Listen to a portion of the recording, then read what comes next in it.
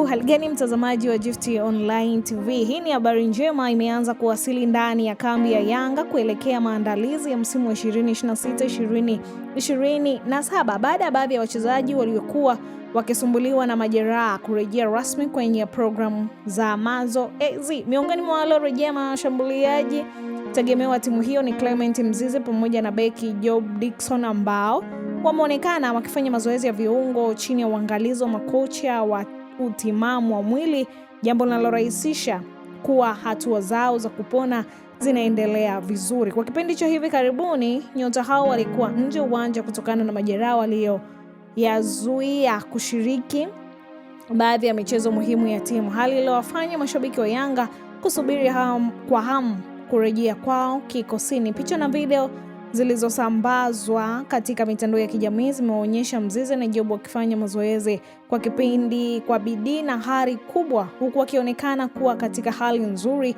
ya kurejea kwenye ushindani wa kiwango cha juu. Kwa upande wa mashabiki, taarifa hizo zimepokelewa kwa furaha kubwa, wengi wakiamini kuwa kurejea kwa nyota hao wataimarisha kikosi na kuongeza ushindani kwa nafasi ya ndani ya timu. Iwapo wataendelea vizuri katika programu yao ya kurejea kwenye ubora wa kimwili, Mzize na Dickson wanatarajiwa kuwa miongoni mwa wachezaji muhimu watakaobeba matumaini ya Yanga kuelekea msimu mpya wa 2026-2027. Basi hii ni Gift Online TV. Endelea kusubscribe, kushare, kulike pamoja na kucomment ili uzidi kupata taarifa sahihi kwa wakati sahihi.